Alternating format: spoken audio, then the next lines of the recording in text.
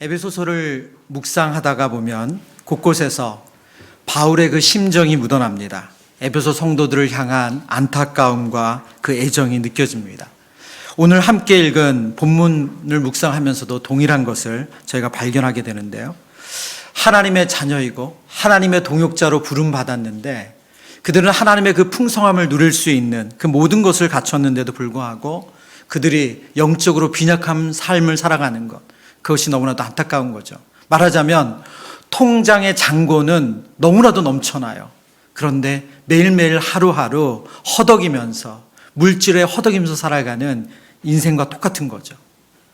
하나님께서 주신 영적인 부요함이 있는데 그것은 누리지 못하고 늘 삶의 고난 앞에서 무기력하고 무너지고 그리고 낙심하는 그런 연약한 모습을 보면서 지금 바울이 에베소 교회 성도를 향해서 안타까운 마음으로 이 메시지를 전하고 있습니다. 그래서 바울은 오늘 4장의 메시지를 보면 어떻게 하면 우리가 그 영적인 부요함을 누릴 수 있는가? 어떻게 하면 하나님께서 주신 하나님의 자녀된 삶, 그 부르심에 합당한 삶을 살아갈 수 있는가? 그것을 4장 전체에서 우리에게 말씀해 주고 있습니다. 그래서 지난주에는 우리가 부르심에 합당한 삶으로 두 가지를 살폈죠. 성령께서 하나 되게 하신 것을 힘써 지켜야 한다. 그리고 선물로 받은 은사로 주님께서 세우신 신앙 공동체, 교회를 세워가야 한다. 이 두 가지를 배웠습니다. 여기서 첫 번째 내용을 다시 한번 살펴보면 성경은 우리에게 하나 되라고 말씀하시는 것이 아니라 하나 되게 하신 것을 힘써 지키라 했다. 그렇게 말씀드렸습니다. 교회 안에서 성도들이 참 하나 되기 위해서 애씁니다. 다락방 안에서도 교회 안에서도 봉사 부서 안에서도 나와 좀 다르고 틀린 분들 마음으로 품고 그래 나랑 좀 다르지, 저분은 저렇게 생각하시겠지, 그러면서 어떻게든 품으려고 애쓰면서 애쓰는 분들이 많습니다. 그런데 성경이 하나 되라고 하신 것은 그런 하나됨이 아니라 성령이 하나 되게 하신 것을 힘써 지키는 것이다. 그러면 성령이 하나 되게 하신 것은 어떤 것이라고 말씀드렸습니까? 하나님이 한 분이시고 우리의 믿음이 하나이고 세례가 하나이고 그리고 우리가 하나님을 어떤 믿음으로 믿는지 그 믿음이 하나다. 영적인 신분의 근거가 하나다. 그것으로 우리가 하나 된다는 거죠. 우리 성도님들이 다락방 안에서 혹은 봉사부서 안에서 신앙 공동체 안에서 우리가 진정으로 하나 될 수 있는 것은 저분 안에도 내가 믿는 하나님이 계시구나.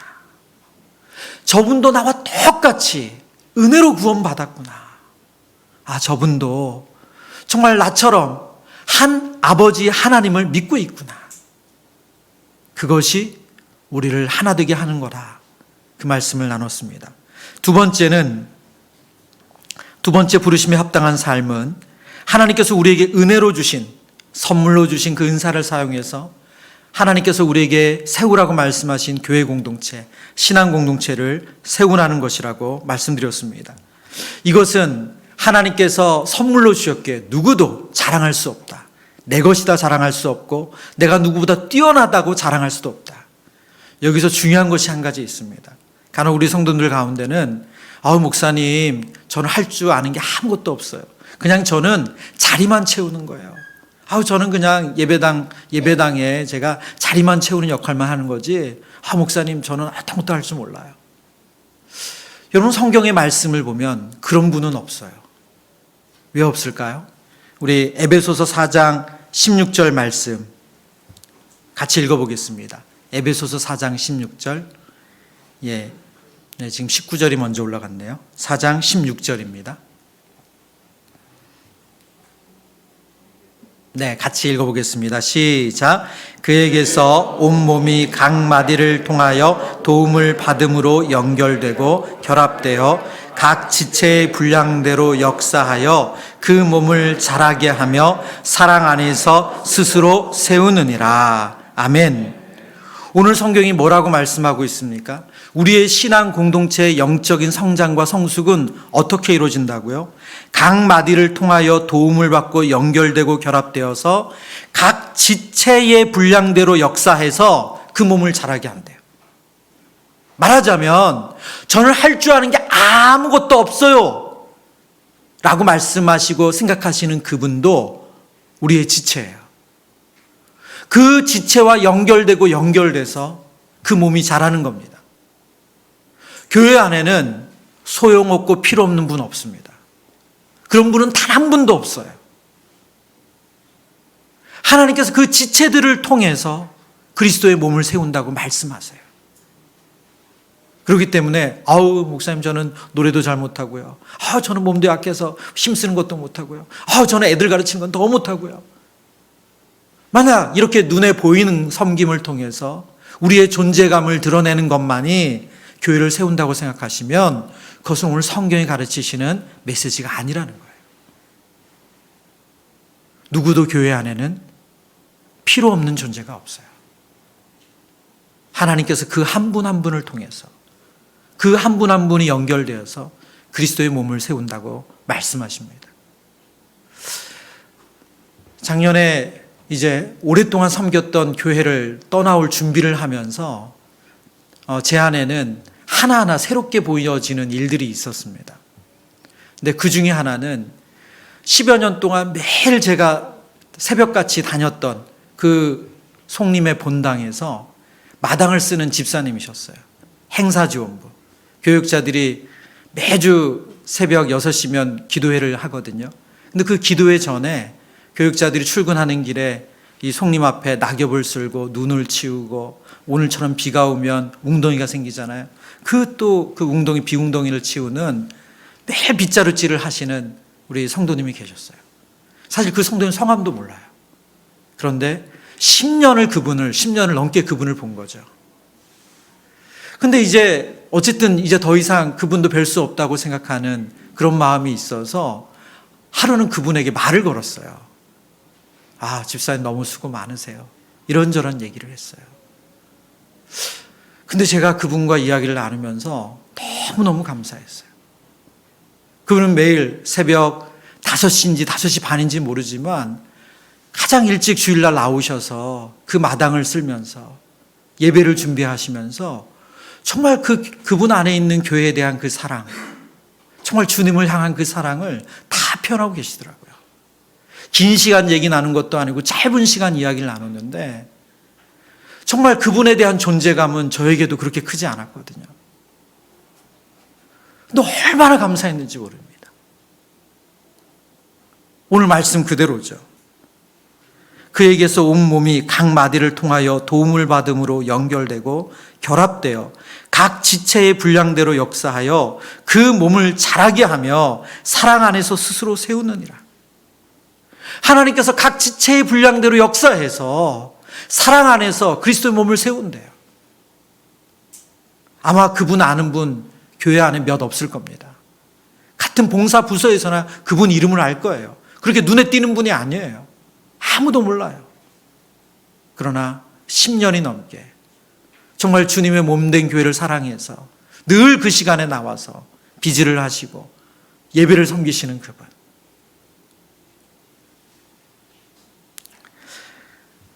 하나님께서 부르심에 합당한 삶에 대해서 지난주 2가지로 우리에게 말씀해 주셨습니다. 부르심에 합당한 삶, 그것은 성령께서 하나 되게 하신 것을 힘써 지키는 것이다. 2번째는 선물로 받은 은사로 교회를 세워가는 것이다. 그런데 오늘 말씀부터는 약간 분위기가 달라집니다.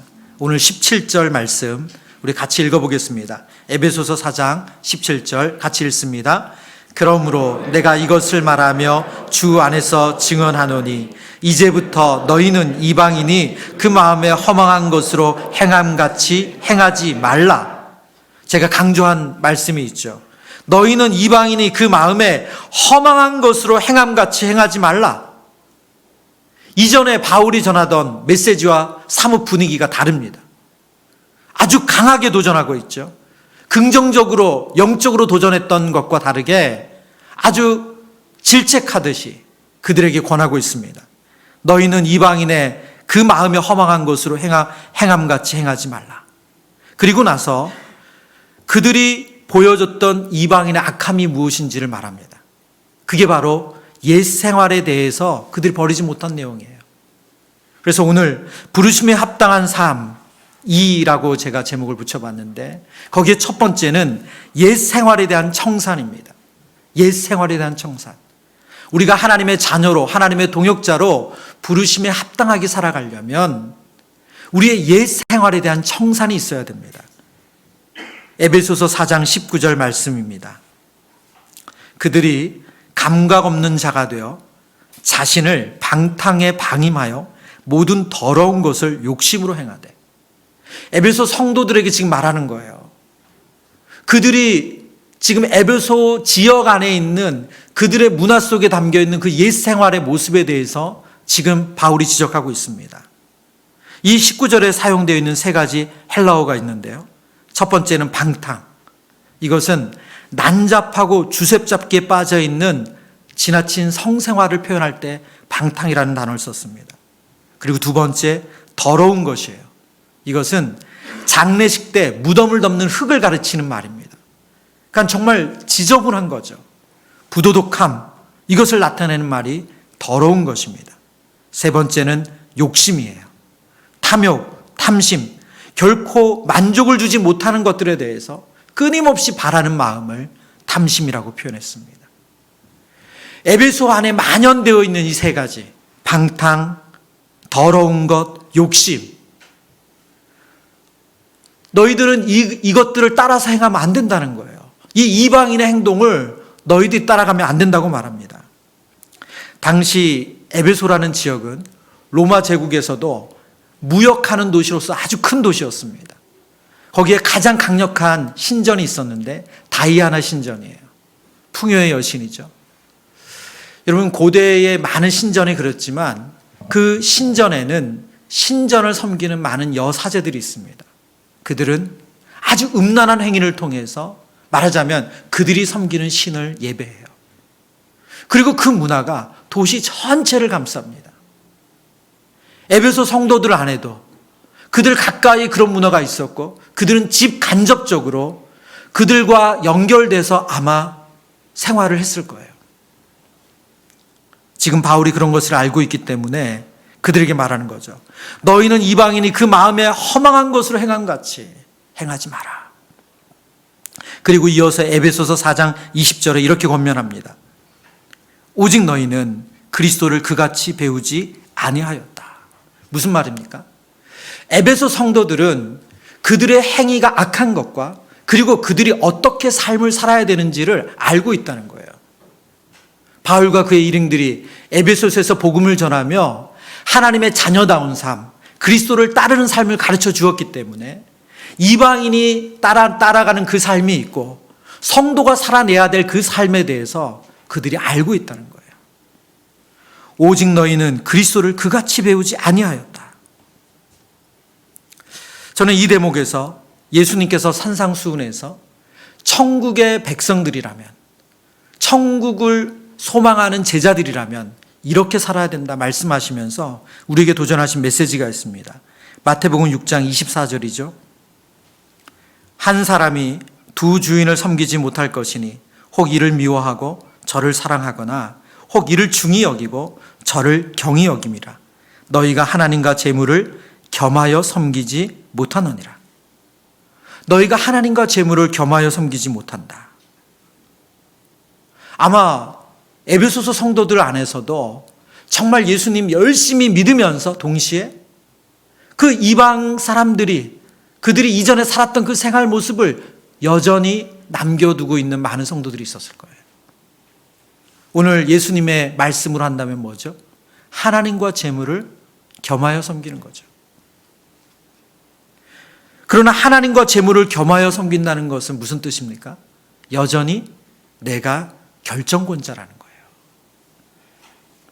여전히 내가 그 둘 중에 어떤 것을 섬길 수 있는 결정권자라는 겁니다. 예수님은 아주 분명히 말씀하십니다. 천국의 백성은, 하나님의 자녀는, 그리스도의 제자는 하나님과 재물을 겸하여 섬길 수 없다. 그렇다면 어떻게 해야 합니까? 하나를 버려야 하는 거죠. 우리의 옛 생활을 청산해야 돼요. 에베소 성도들에게 말한 방탕, 더러운 욕심, 그것을 버려야 됩니다. 하나님께서 우리에게 말씀하시는 하나님과 재물을 겸하여 섬길 수 없다. 뭘 버려야 돼요? 재물을 버려야죠. 제가 이것을 너무나도 저에게 각인시켜준 한 성도님이 계세요. 새가족 신앙 강좌를 하고 나면 간혹 이제 몇 분이 이제 저에게 찾아오셔서 강의했던 내용에 대해서 묻거나 혹은 기도 요청을 하시는 경우들이 있거든요. 근데 하루는 아마 이렇게 좀 날씨가 더워질 때였던 것 같아요. 제 기억에. 근데 한 성도님이 강의 다 이제 끝나고 나서 제가 정리하는 거 기다렸다가 저에게 조심스럽게 목사님 좀 얘기 좀 할 수 있냐고 하시더라고요. 괜찮다고 이야기를 하시는데 그분이 그러시는 거예요. 본인이 예수님 믿기로 이제 시작하고 이렇게 교회에 새롭게 처음으로 등록했다고. 근데 본인은 시어머니 따라서 정말 수십 년을 불교 신자로 살으셨다는 거예요. 근데 목사님, 제가 정말로 이제 예수님 제대로 믿고 싶어가지고 오늘 목사님 전하시는 메시지를 듣고 본인이 예수님을 영접해서 이제 이전에 믿던 신을 다 버리고 싶다고 그러시면서 뭐라고 하시냐면, 목사님, 그런데 저희 집에 여전히 불교 서적, 테이프 너무너무 많은데 목사님 이거 좀 버려주시면 안 되냐는 거예요. 그래서 제 마음에 버리시면 되는데, 제 마음에 그 마음이 있었어요. 버리시면 되지 왜 그걸 저보고 버려달라 하시나, 그런 생각이 있었거든요. 근데 그분이 이어서 하신 말씀에서 이해가 됐어요. 본인이 그걸 버리기에는 아직 버겁다는 거예요. 무섭다는 거예요. 무슨 일 생길까 하는 그 마음. 그래서 저보고 버려달래요. 제가 뭐가 어렵겠어요. 다음 주에 가져오시라고. 제가 버려드리겠다고. 그분이 다음 주에 이제 신앙 강좌를 마치고 또 저에게 쪼르르 오셨어요. 그래서 목사님 가져왔다는 거예요. 주차장에 있다고. 그래서 제가 주차장을 그분 따라서 갔어요. 딱 가서 보고 놀랐어요. 제가 혼자 들고 올 수 있는 게 아니에요. 차 뒷좌석에 가득, 트렁크에 가득이에요. 그래서 제가 큰 카트를 가지고 그 여름에 그분 뒷좌석에 있는 그분이 이전에 읽었던 책들, 테이프들, 그리고 저는 그때 처음 알았어요. 우리는 성경을 그냥 이렇게 들고 다니잖아요. 근데 불경은 놓는 커다란 함이 있더라고요. 이게 참 한 번도 경험해 보지 못한 거죠. 그래서 제가 그것을 다 받아다가 잘 버려드리겠다고 말씀드리고, 그리고 분리수거해서 버렸어요. 여러분, 저는 그분이 옛 생활을 청산하는 게 무엇인지를 저에게 너무나도 자세히 보여주셨어요. 이제는 정말 저 하나님만 믿고 싶다고. 그래서 다른 거는 전혀 따르고 싶지 않다고. 목사님 버려주세요. 여러분, 하나님께서 저와 여러분에게 옛 생활을 청산하라고 말씀하신다면 여러분 어떤 게 생각나세요? 오늘 이 밤에 우리가 기도해야 될 제목입니다.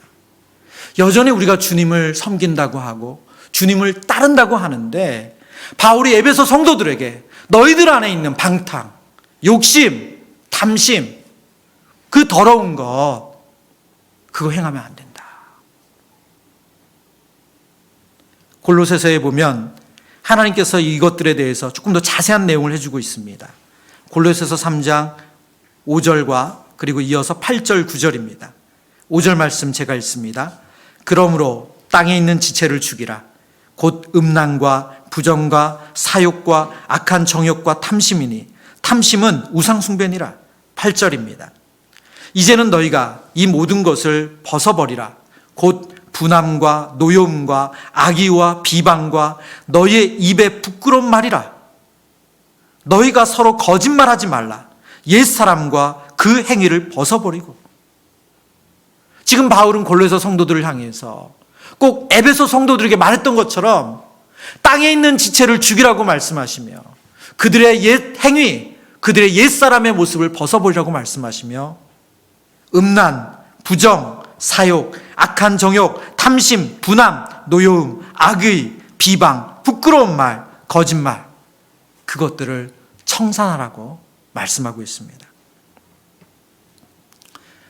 오늘 하나님께서 우리에게 말씀하시는 이 한 가지의 내용들, 아니 여기에 열거되어 있지 않지만 말씀을 들으시면서 나에게 옛 생활은 이거다, 나에게 옛 습관이 이거다, 내가 청산해야 될 것은 이거다 하시는 것이 있다면 오늘 하나님 앞에 은혜를 구하셨으면 좋겠어요. 정말 그 성도님처럼 여러분이 자신 없으면 저에게 찾아오세요. 제가 대신 버려드릴게요. 말씀을 준비하면서 우리에게 이렇게 완전히 이건 나쁜 거야 라고 그러면서 버릴 것들도 있지만, 우리 한 목사님의 간증이 생각났어요. 저 함께 오랫동안 동역했던 목사님께서 말씀을 전하시는 가운데 본인 개인 간증을 하셨는데, 이 말씀이 정말 잊혀지지 않습니다. 이분은 청년 시절에 누구보다 하나님을 뜨겁게 만났고, 그래서 대학생 선교단체에서 정말 열심히 잘 섬기셨던 분이시고, 그 소명을 가지고 이분은 바로 신대원으로 가신 것이 아니라 직장을 가서 직장 선교를 해야 되겠다. 그리고 직장인 선교에 몸담으시고 대학부를 섬기시고 정말 열심히 사역하셨어요. 그런데 이분에게 한 가지 이 본인 자신을 좀 위로하는 방법이 있었는데, 뭐였냐면 발라드를 듣는 거예요. 저는 이분이 발라드를 듣는 것 자체가 이해가 안 됐어요. 그렇게 생기신 분이 아니시거든요. 근데 이분은 오늘처럼 이렇게 비가 추적추적 오는 날이면 발라드를 틀어놓으며 그렇게 위로를 받으셨대요. 그래서 좀 본인 마음이 울적하고 힘들고 지친 날이면 퇴근해서 그렇게 발라드 음악을 들으셨다는 거예요. 근데 어느 날 그분이 말씀을 보다가, 내가 하나님의 말씀의 위로보다 이 발라드 음악으로 받는 이 위로가 나에게 언젠가부터는 더 크구나. 이게 없으면 나에게 안 되는구나. 이게 나에게 완전히 습관처럼 돼버렸구나. 그런 깨달음이 오셨다는 거예요. 그래서 이분이 집에 있는 발라드 테이프, 그 테이프를 다 모아다 버리셨다는 거예요. 여러분, 발라드 음악 그것을 그렇게까지? 우리 안에 그런 생각이 있을 수 있습니다. 여기서 균형을 잃지 않으셔야 하는 것은, 하나님은 음악을 악하다 하시거나 혹은 음악 말고 부부 안의 성관계나 혹은 우리가 사용하는 물질에 대해서 그것을 악하게 보시는 분이 아니에요. 금욕을 우리에게 요구하시는 분이 아니십니다. 그러나 몇 주 전 설교 시간에 제가 팀 켈러 목사님의 글을 인용해 드린 적이 있죠. 우리의 마음의 문제는 나쁜 것을 과도하게 욕망하는 것이 아니라 좋은 것을 과도하게 욕망하는 것입니다. 좋은 것이 우리의 신이 될 때 과도한 욕망들이 만들어집니다. 뭐라고요? 좋은 것이 우리의 신이 될 때 과도한 욕망들이 만들어진대요. 이 목사님은, 팀 켈러 목사님이 이 책을 쓰기 전 훨씬 이전에, 그 20대 청년 시절에 이분은 자신의 삶 가운데 음악이 나쁜 거 아니죠. 좋은 거죠.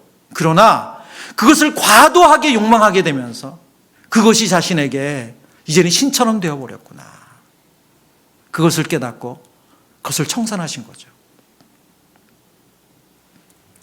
제자 훈련 받는 중에도 이런 간증들 자주 접합니다.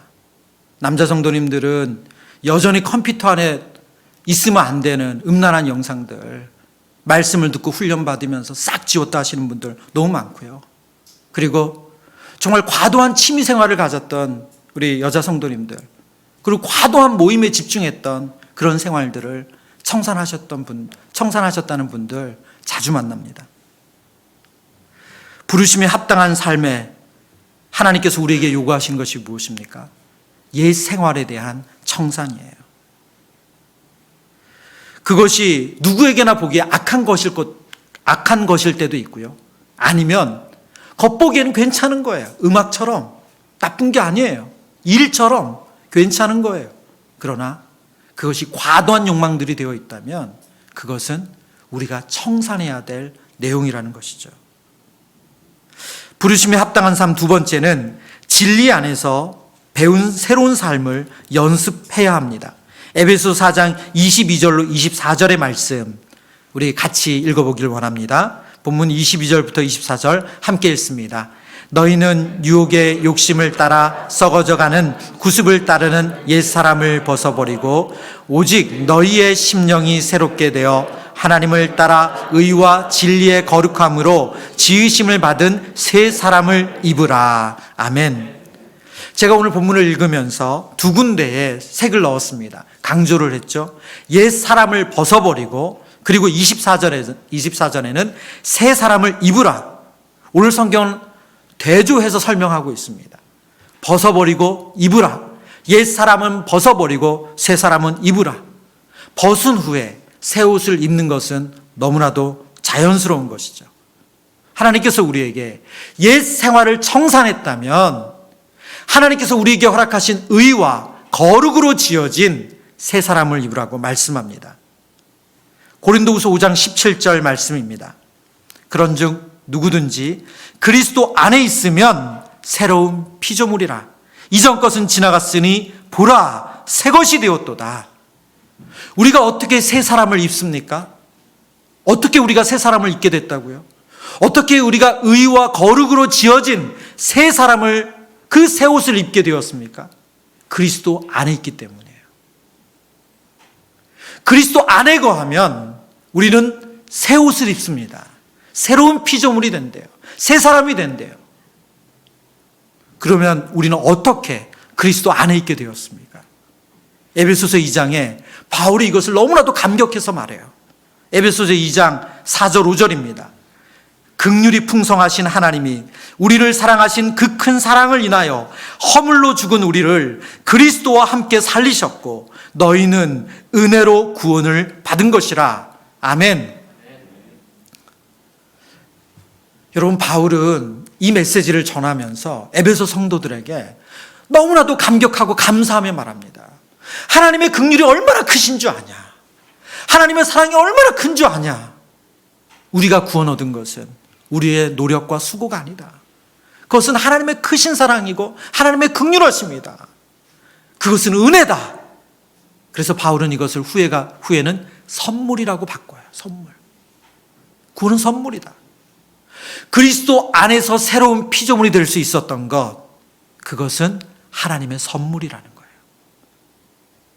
저와 여러분이 예수 그리스도를 구주와 주님으로 영접하면 하나님은 의와 거룩으로 지은 새 사람, 그 새 옷을 우리에게 주세요. 이게 새 사람을 입는 방법이에요. 그런데 문제가 하나 있습니다.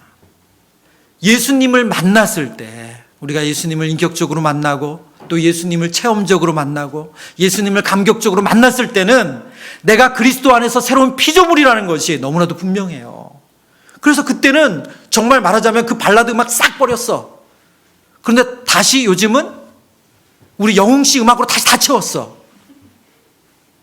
우리가 그럴 수 있죠. 그게 우리잖아요. 그러면 어떻게 해야 될까요? 어떻게 우리가 새 사람을 계속 입으며 살 수 있습니까? 예레미야에 보면 하나님께서 우리에게 그 답을 먼저 우리 에베소서 23장의 말씀을 먼저 봐야 될 것 같아요.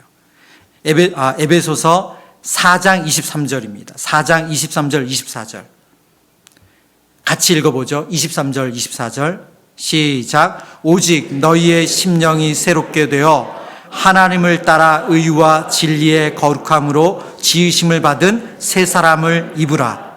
제가 색을 첫 번째 넣었는데 너희의 심령이 새롭게 되는 것이 새 사람을 입는 방법이라고 성경이 말씀합니다. 우리의 마음 곧 우리의 이 성경의 표현을 보면 Spirit of Mind, 마음의 영이라고 이렇게 표현했는데 우리의 마음이라고 읽어도 되고 우리 안에 있는 영이라고 읽어도 상관없을 것 같아요. 우리의 심령이 새롭게 되어 새 사람을 입는다고 성경이 말합니다. 그러면 우리의 심령이, 우리의 마음이 어떻게 날마다 새롭게 될 수가 있습니까? 예레미야에가에서 하나님께서 이것을 우리에게 알려주고 계세요. 예레미야에가 3장 23절의 말씀입니다. 네, 19절부터 제가 읽겠습니다. 19절부터 23절까지. 내 고초와 재난 곧 쑥과 담즙을 기억하소서. 내 마음이 그것을 기억하고 내가 낙심이 되오나 이것을 내가 내 마음에 담아두었더니 그것이 오히려 나의 소망이 되었사옴은 여호와의 인자와 긍휼이 무궁하심으로 우리가 진멸되지 아니함이니이다. 이것들이 아침마다 새로우니 주의 성실하심이 크시도소이다. 여러분, 예레미야는 가장 이스라엘의 고통스러운 상황 가운데 선지자로 활동했던 사람입니다. 그래서 눈물의 선지자라고 불려진 선지자죠. 그가 겪는 고난에 대해서 이렇게 말하죠. 내 고초와 재난과 곧 쑥과 담즙을 기억하소서. 지금 너무나도 그의 삶이 고단하고 어렵고 정말 뭐라고 말할 수 없는 정도로 고통스러운 상황이에요. 그런데 그가 아침마다 새로움을 경험해요. 아침마다 새로 태어난 사람처럼 새롭다고요. 이유가 뭐라고요? 22절에 보니까 여호와의 인자와 긍휼이 무궁하시기 때문이래요. 여호와의 인자와 긍휼이 무궁하시기 때문에. 무슨 말이에요? 아침마다 그의 심령이 새로워지는 이유가 뭐라고요? 하나님의 인자와 긍휼이 매일 새롭게 그에게 찾아온다는 거예요. 무궁하신 하나님의 인자와 긍휼이 예레미야 선지자에게 그 고초와 담즙과 쑥과 담즙 속에서 너무너무 고통스러운 그에게 하루를 살아낼 수 있는 그 사랑, 그 긍휼, 그 은혜가 그에게 날마다 찾아온다는 거예요. 무궁하신 하나님의 사랑이 그의 마음을 새롭게 한다는 거예요. 어제도 예수님의 사랑을 만났는데 오늘 아침에도 예수님의 사랑을 만난다는 거예요. 그래서 그의 노래 마지막이 뭡니까? 이것들이 아침마다 새로우니 주의 성실하심이 크시도소이다. 여러분, 우리가 어떻게 새 사람을 매일 입을 수 있다고요? 오직 우리의 심령이 새롭게 되는 거래요. 우리의 마음이 새롭게 되는 것, 우리의 영이 새롭게 되는 것 어떻게 가능합니까? 여호와의 인자와 긍휼, 그 무궁하신 날마다 우리에게 찾아오시고 부어주시는 그 하나님의 무궁하신 사랑을 우리가 그냥 받아 누리면 돼요. 저는 최근에 말씀을 묵상할 때마다 참 놀라운 경험을 합니다. 여러분, 우리는 신앙생활하면 우리가 자꾸 애쓴다고 생각했는데 알고 보니까 정말 우리가 헛힘 쓰고 있었던 거예요. 하나님은 그냥 부어주길 원하세요. 여러분, 하나님 정말 기다리고 계셔요. 예레미야가 선지자의 고백처럼 여호와의 인자와 긍휼이 무궁하세요. 멈추질 않아요. 하루도 쉬지 않으세요. 근데 우리는 착각하잖아요. 하나님 요즘은 날 멀리 하시는 것 같다고. 이전에는 하나님 가까이 느껴졌는데 요즘 안 느껴진다고. 여러분, 하나님 정말 그러신 분인가요? 아니요. 아닙니다. 자격 없는 우리에게 주신 하나님의 은혜를 하나님은 날마다 우리에게 부어주시는 분이세요. 어제 순장반에서 순장 모임을 마치고 나서 우리 순장님들과 이야기를 좀 나눈 시간이 있었는데요. 제가 순장님께 그런 질문을 드렸어요. 순장님, 이전에 만난 예수님 말고 요즘은 어떤 예수님을 만나고 있으세요? 이전에 만난 예수님 말고 요즘 어떤 예수님을 만나세요?